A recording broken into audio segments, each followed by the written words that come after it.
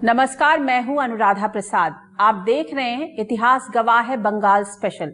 एक अदृश्य वायरस इंसान के अहंकार को कैसे चूर चूर कर सकता है, ये पूरी दुनिया की समझ में आ चुका है। एक वायरस के आगे बड़ी बड़ी सरकारें और उनके इंतजाम कैसे बौने हैं, ये साबित हो रहा है। इस वायरस ने विश्व की महाशक्तियों के भी नाक में दम कर रखा है। हिंदुस्तान में कोरोना की तूफानी रफ्तार लोगों को लगातार डरा रही है। मौत के आंकड़े तेजी से बढ़ते जा रहे हैं। लोगों के सामने सबसे बड़ा सवाल यही है कि कोरोना कब खत्म होगा।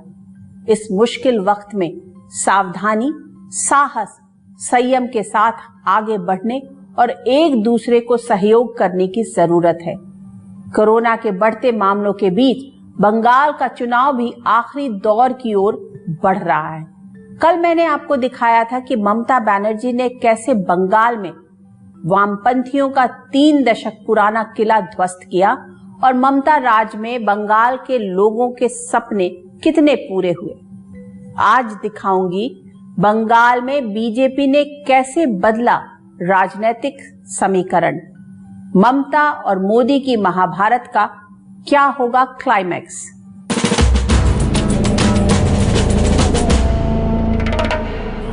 पश्चिम बंगाल की सियासी जमीन पर बीजेपी कोई रातों रात नहीं खड़ी हुई। बंगाल में बीजेपी के लिए जमीन तैयार करने में राष्ट्रीय स्वयंसेवक संघ के कार्यकर्ताओं का बरसों का योगदान है। अपनी इस स्पेशल सीरीज में मैं आपको पहले ही बता चुकी हूं कि आजादी के समय कैसे बंगाल में हिंदुत्व की धारा मजबूत हुई, लेकिन डॉक्टर श्यामा प्रसाद मुखर्जी की मौत के बाद सूबे में दक्षिणपंथी धारा कमजोर पड़ने लगी और वामपंथियों को मौका मिल गया। लेकिन बंगाल में संघ के कार्यकर्ता चुपचाप दूर दराज के इलाकों में लोगों के बीच काम करते रहे। 2011 के बंगाल चुनाव में बीजेपी के खाते में एक भी सीट नहीं आई, लेकिन बीजेपी रणनीतिकारों के हौसलों में कभी कोई कमी नहीं आई। 2014 लोकसभा चुनाव में बीजेपी बंगाल में सिर्फ 2 सीटें जीत पाई। 2 साल बाद यानी 2016 में हुए विधानसभा चुनाव में बीजेपी को सिर्फ 3 सीटें मिली, लेकिन 2019 के लोकसभा चुनाव में बीजेपी को 18 सीटें मिली और वोट शेयर रहा 40.64%। बीजेपी अपनी धारदार रणनीति और तूफानी प्रचार शैली के दम पर 10 साल के भीतर बंगाल में दूसरे नंबर की पार्टी बन गई। ऐसे में अंदाजा लगाया जा सकता है कि बीजेपी किस तरह के हौसले और रणनीति के साथ काम करती है। शून्य पर खड़ी होने के बाद भी सत्ता तक पहुंचने का सपना वो कैसे देखती है और उस सपने को साकार करने के लिए दिन रात की कितनी मेहनत करती है। आज बंगाल की जनता मानती है कम्युनिस्ट और तृणमूल दोनों मौसेरी बहने हैं, दोनों में कोई फर्क नहीं। आप मेरे बंगाल के भाइयों, आप मुझे मजबूत सरकार दो, मैं आपको मजबूत हिंदुस्तान दूंगा। मोदी आने वाले, मोदी आने वाले।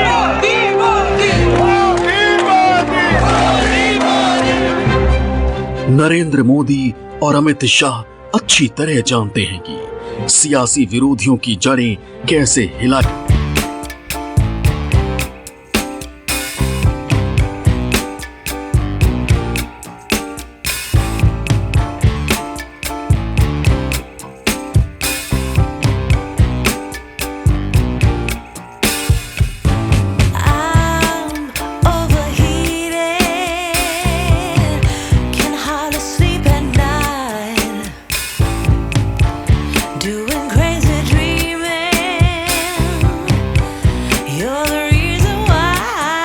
भारतीय जनता पार्टी ने बंगाली अस्मिता के अलावा जो बंगाल की पुरानी गरिमा है, खास तौर पे भारतीय जनता पार्टी ने महाप्रभु चैतन्य, स्वामी विवेकानंद, सुभाष चंद्र बोस और जितने तमाम महापुरुष बंगाल के हुए हैं, उनका नाम लेकर भारतीय जनता पार्टी ने अपनी आधार बढ़ाया, गांव गांव पहुंचे, घर घर पहुंचे। बीजेपी ने कैलाश विजयवर्गीय को बहुत पहले से ही बंगाल की जिम्मेदारी सौंप रखी थी।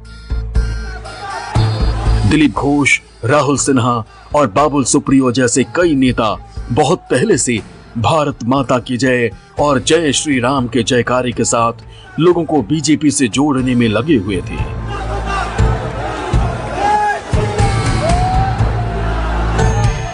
बीजेपी के स्थानीय नेता तृणमूल कांग्रेस के नेताओं को लगातार उनकी भाषा में जवाब दे रहे थे। भाजपा का केंद्रीय लीडरशिप जो उनका जो रोल था, क्योंकि जब भी ऐसा कोई घटना हुआ कि भाजपा का कार्यकर्ता पर हमला का आरोप आया तो दिल्ली से सीनियर लीडर्स का टीम भेजा गया और दिलीप घोष तो घूमता ही रहा। और जो पुलिस केसेस हुआ भाजपा के वर्कर्स पर, उन सब केसेस में भी भाजपा ने जो जितना लीगल सपोर्ट उनको चाहिए था वो लीगल सपोर्ट देना शुरू किया। बीजेपी और टीएमसी नेताओं के बीच वर्चस्व के लिए खूनी जंग जारी थी। वो साल 2016 का था और महीना अक्टूबर का। बंगाल में दुर्गा पूजा का त्योहार धूमधाम से मनाया जा रहा था। इस दौरान मुहर्रम भी पड़ा। दुर्गा पूजा और मुहर्रम के जुलूस के दौरान सूबे के कुछ हिस्सों में सांप्रदायिक हिंसा भड़की। कुछ दुर्गा पंडालों पर हमले की भी खबरें आईं। ऐसे में कानून व्यवस्था का हवाला देते हुए ममता सरकार ने दशहरे के दिन मूर्ति विसर्जन पर रोक लगा दी। इसके बाद बीजेपी समेत कई हिंदूवादी संगठनों ने ममता बनर्जी के खिलाफ मोर्चा खोल दिया। डिविसिव पॉलिटिक्स या सांप्रदायिक पॉलिटिक्स अगर आप कहें या राजनीति कहें, तो बंगाल में यह राजनीति अब पूरा दम से चल चुका है।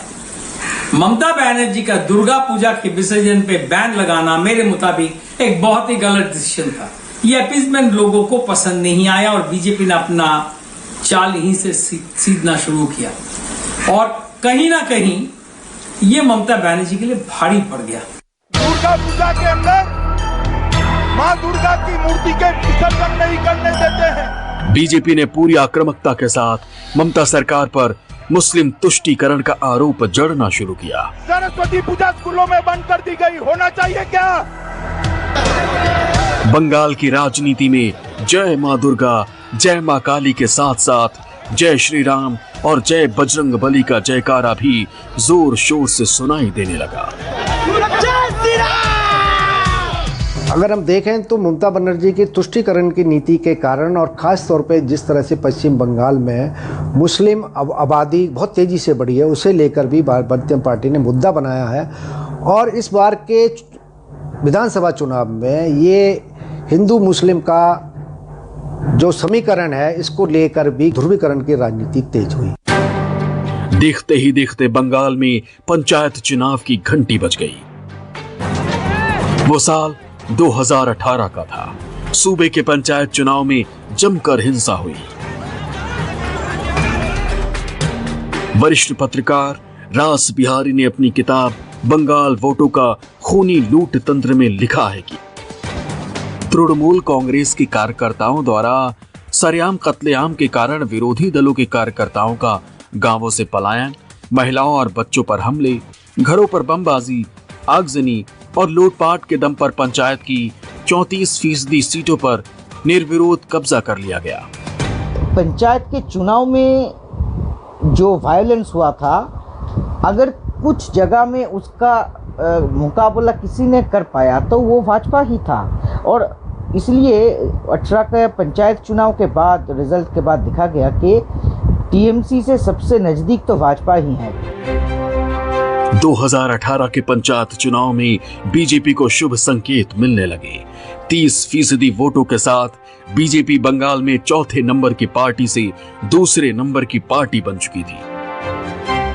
बीजेपी की नजर 2019 में होने वाले लोकसभा चुनाव पर थी। ममता बनर्जी के हर सेनापति के दिमाग को पढ़ने में बीजेपी की रणनीतिकार लगे हुए थे। वो हर उस असंतुष्ट पर नजर बनाए हुए थे जिसका मन दीदी से खट्टा हो चुका था। बात 2017 की है। कभी टीएमसी में मुकुल राय की हैसियत नंबर 2 की समझी जाती थी, लेकिन भ्रष्टाचार के आरोप और जांच की आंच के बीच वो टीएमसी में हाशिए पर आने लगे। ऐसे में चुनावी प्रबंधन के चाणक्य कहे जाने वाले मुकुल रॉय बीजेपी के रथ पर सवार हो गए। ये ममता बनर्जी के लिए बड़ा झटका था, क्योंकि वो न सिर्फ टीएमसी के रणनीतिकार थे, बल्कि एक बड़े राजदार भी थे। बीजेपी ने मुकुल राय को लोकसभा चुनाव से पहले पश्चिम बंगाल चुनाव समिति का अध्यक्ष बना दिया। उनके एक्शन में आते ही टीएमसी में भगदड़ मच गई।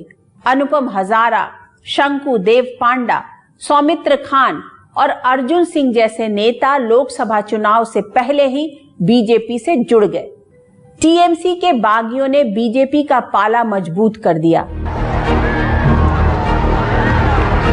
ममता बनर्जी अच्छी तरह समझ चुकी थी कि बदले समीकरण में उनके सियासी जमीन को खतरा सीपीएम और कांग्रेस से नहीं बल्कि बीजेपी से है। ऐसे में उनके निशाने पर नरेंद्र मोदी और अमित शाह आ गए।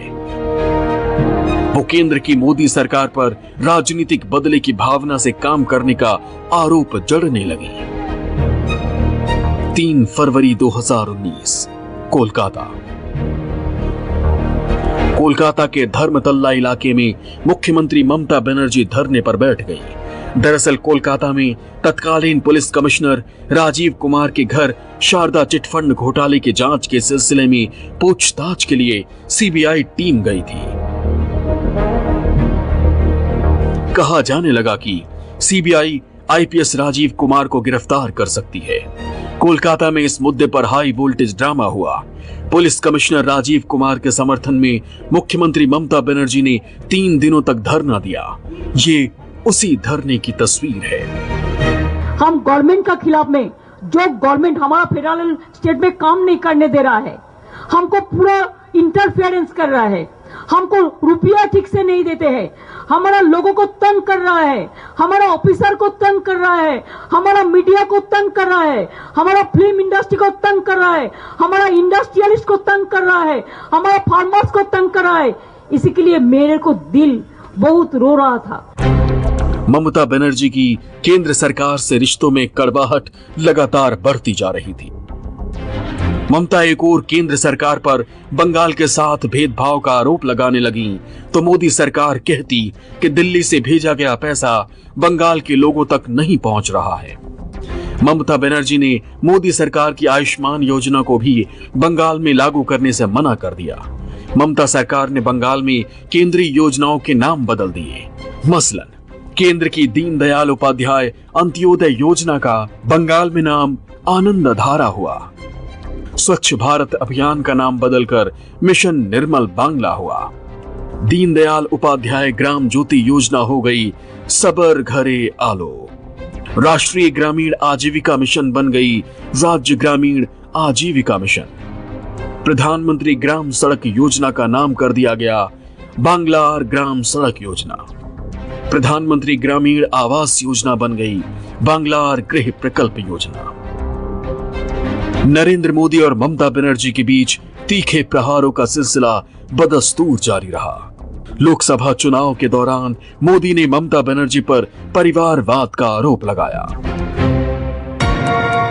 लोकसभा चुनाव प्रचार के दौरान अमित शाह के रोड शो रूट पर कोलकाता में उपद्रवियों ने ईश्वरचंद विद्यासागर की 102 साल पुरानी मूर्ति तोड़ दी। इसके बाद एक दूसरे को जमकर घेरने की कोशिश हुई।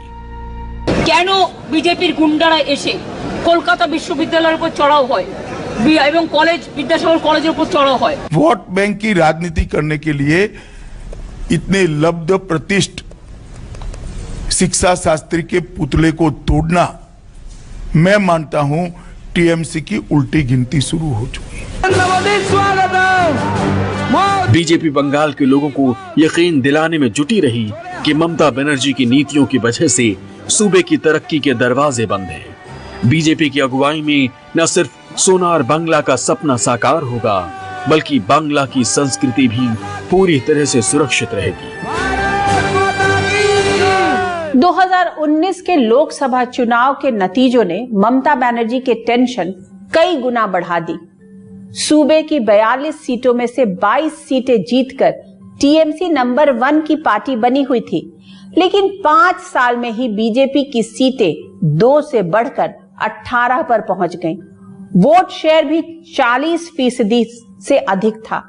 ऐसे में बीजेपी को राइटर्स बिल्डिंग अब सिर्फ कुछ कदम दूर दिख रहा था। पहले विपक्ष सिटीजन अमेंडमेंट एक्ट और नेशनल रजिस्टर ऑफ सिटीजन को लेकर लामबंदी में लगा रहा। उसके बाद किसान आंदोलन के नाम पर मोर्चाबंदी करता रहा, लेकिन बीजेपी रणनीतिकारों की नजर बंगाल पर गड़ी हुई थी। 2021 की शुरुआत के साथ ही ममता बनर्जी को उनके गढ़ में टक्कर देने के लिए बीजेपी ने अपने ताकतवर नेताओं को मैदान में उतार दिया। खुद अमित शाह बंगाल की जमीन पर एक एक वोट साधने की मुहिम में तूफानी रफ्तार से जुटे हुए थे। बंगाली समाज से जुड़े प्रतीकों से जुड़ने की बीजेपी ने पूरी कोशिश की, चाहे आजादी के लिए फांसी पर चढ़ने वाले खुदीराम बोस की आंगन की मिट्टी से तिलक हो, या फिर नेताजी सुभाष चंद्र बोस की 125वीं जयंती पर कोलकाता में आयोजन। केंद्र सरकार ने नेताजी की 125वीं जयंती को पराक्रम दिवस के रूप में मनाया। यह ऐसा मौका था जिसमें ममता बनर्जी भी नरेंद्र मोदी के साथ एक मंच पर आने से इनकार नहीं कर सकी। साथियों, मैं कई बार सोचता हूं कि आज देश में जो बदलाव हो रहे हैं, जो नया भारत आकार ले रहा है, उसे देख नेताजी को कितनी संतुष्टि मिलती है। उन्हें कैसा लगता जब वो दुनिया की सबसे आधुनिक टेक्नोलॉजीज में अपने देश को आत्मनिर्भर बनता देखते। उन्हें कैसा लगता जब वो पूरी दुनिया की बड़ी बड़ी कंपनियों में, शिक्षा में, मेडिकल सेक्टर में भारतीयों का डंका बजते देखते। बीजेपी अच्छी तरह से जानती है कि लोगों से रिश्ता जोड़ने में प्रतीक कितनी अहम भूमिका निभाते हैं, लेकिन किसानों का दिल जीतना भी जरूरी है। ऐसे में अमित शाह बंगाल के मिदनापुर में किसान सनातन सिंह के घर पहुंचे और सनातन सिंह के घर से संदेश देने की कोशिश की कि मोदी सरकार कैसे देश के किसानों की जिंदगी में रंग भरने की कोशिशों में जुटी हुई है। बीजेपी एक ओर लोगों के दिल में जगह बनाने तो दूसरी ओर टीएमसी को कमजोर करने की मुहिम में जुटी रही।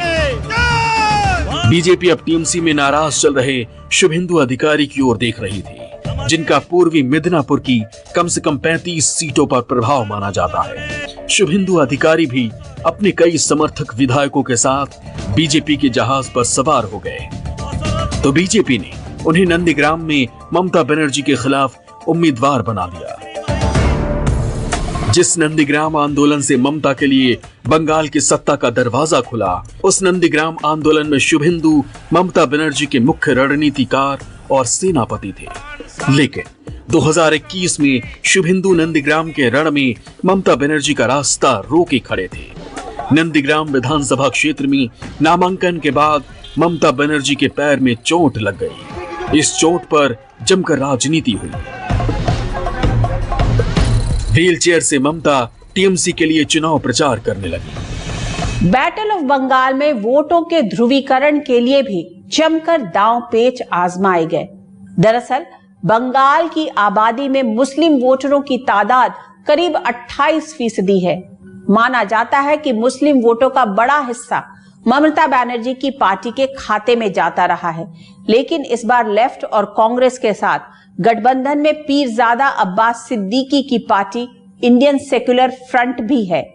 आईएसएफ ने 30 सीटों पर अपने उम्मीदवार खड़े किए हैं। कभी वो ममता के साथ खड़े होते थे, लेकिन अब दोनों की राहें जुदा हैं।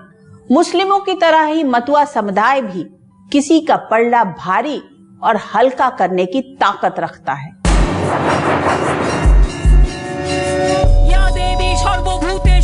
बंगाल चुनाव में चंडी पाठ से लेकर जय श्री राम तक जमकर सुनाई दिया।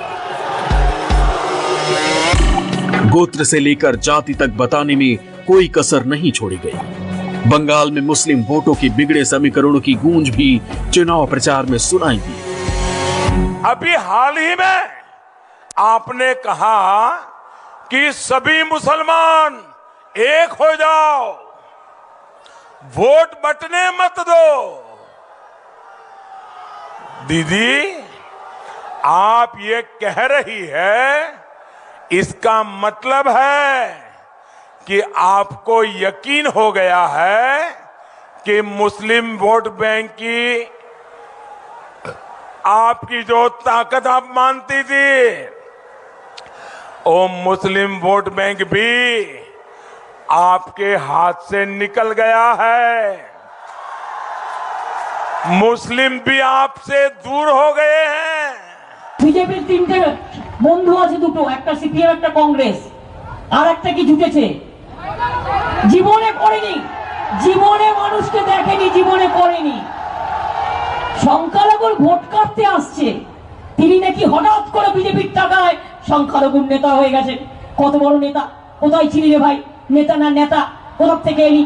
আর মুসলিম এলাকায় গিয়ে এ মুসলিম ভাই বোন সব ওরা শেষ করে দেবে, আমি সব কে তুই হরিদাস টাকা নিয়ে বিজেপি হয়েছিস, এগুলোকে ঢুকতে দেবেন না। बंगाल की 294 विधानसभा सीटों में से 46 में मुस्लिमों की आबादी 50% से अधिक है। 16 सीटों पर मुस्लिम वोटर 40% से अधिक है। वहीं 33 सीटों पर 30% से अधिक तो 50 सीटों पर 25% से अधिक वोटर मुस्लिम हैं। मतलब बंगाल की 100 से अधिक सीटों पर जीत हार में मुस्लिम वोटर निर्णायक भूमिका निभाने की स्थिति में है। ममता बनर्जी को अंदाजा हो गया था कि वो सिर्फ अल्पसंख्यक वोटों के दम पर बंगाल की सत्ता में नहीं बनी रह सकती हैं। इसलिए उन्होंने सॉफ्ट हिंदुत्व के एजेंडे की ओर शिफ्ट होना शुरू कर दिया। यही वजह रही कि पिछले साल लॉकडाउन की बंदिशों के बाद भी बंगाल में दुर्गा पूजा के दौरान कोई खास पाबंदी नहीं लगाई गई। बंगाल की वोट बैंक पॉलिटिक्स में मुस्लिमों की तरह ही मतुआ समुदाय भी बहुत अहम है। सूबे की करीब 25% अनुसूचित जाति में सबसे बड़ी तादाद मतुआ समुदाय की है। बंगाल की 30 विधानसभा सीटों पर मतुआ वोटर निर्णायक भूमिका में है, तो 70 सीटों पर उनका अच्छा खासा प्रभाव रहा है। बंगाल की वोट बैंक पॉलिटिक्स में ये मतुआ समुदाय का दम ही है कि समुदाय के वोटरों को लुभाने में किसी भी पार्टी ने अपनी तरफ से कोई कसर नहीं छोड़ी। बंगाल में एक ओर मतदान चल रहा था तो दूसरी ओर बांग्लादेश के उड़ाकांदी में प्रधानमंत्री नरेंद्र मोदी मतुआ संप्रदाय के आध्यात्मिक गुरु हरिचांद ठाकुर के जन्म स्थान पर नमन कर रहे थे। बंगाल के वोट युद्ध में सियासी सूरमाओं ने हर दाव आजमाया। चुनाव के दौरान बंगाल की धरती इस बार भी रक्त रंजित हुई। 29 अप्रैल को बंगाल के आखिरी चरण का मतदान खत्म हो जाएगा और 2 मई को वोटों की गिनती होगी। उसके बाद ही पता चल पाएगा कि बंगाल में कौन सा मुद्दा चला, बंगाल के लोगों ने किस सोच के साथ नई सरकार का चुनाव किया। बंगाली मानुष को आंदोलनकारी मिजाज वाली ममता बनर्जी पसंद है या सोनार बांग्ला और परिवर्तन के नाम पर वोट पड़े। एक बात साफ है कि बंगाल की सियासत में सीपीएम और कांग्रेस के हाशिए पर पहुंचने का फायदा बीजेपी को मिला है। बीजेपी ने बंगाल के हिंदी भाषी वोट बैंक में भी सेंध लगाने में कोई कसर नहीं छोड़ी। अगर बीजेपी बंगाल जीतने में कामयाब रहती है तो हाल के चुनाव में हुए नुकसान की भरपाई हो जाएगी। साथ ही ममता बनर्जी जैसी एक मजबूत सत्रह भी सत्ता से बेदखल हो जाएगी, जो 2024 के लिए नरेंद्र मोदी के खिलाफ विपक्ष का साझा चेहरा बन सकती थी। लेकिन अगर ममता अपना किला बचाने में कामयाब रही तो शांत बैठी बीजेपी विरोधी पार्टियों को नई ताकत मिल जाएगी। 2022 में यूपी और पंजाब में विधानसभा चुनाव होने हैं, वहां भी नए समीकरण बन सकते हैं। मतलब बंगाल के नतीजों का असर सिर्फ एक राज्य तक सीमित नहीं रहने वाला, उसका असर भविष्य की राजनीति पर पड़ना तय है। इतिहास गवाह है बंगाल स्पेशल सीरीज में बस इतना ही। अगले हफ्ते फिर मिलेंगे एक ऐसे मुद्दे के साथ जिसे जानना और समझना आप सबके लिए बहुत जरूरी होगा। तब तक के लिए मुझे दीजिए इजाजत। निष्पक्ष खबर, सटीक विश्लेषण और अपने हक से जुड़ी खबरों के लिए आप देखते रहिए न्यूज़ 24। नमस्कार।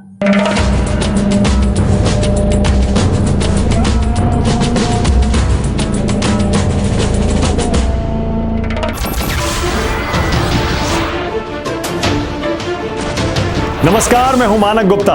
अगर आपको हमारा ये वीडियो पसंद आया हो तो इसे लाइक और शेयर जरूर करें और हाँ, हमें सब्सक्राइब और फॉलो करना ना भूलें ताकि आप देश और दुनिया की कोई खबर मिस ना करें। तो जुड़े रहिए हमारे साथ और देखते रहिए न्यूज़ 24।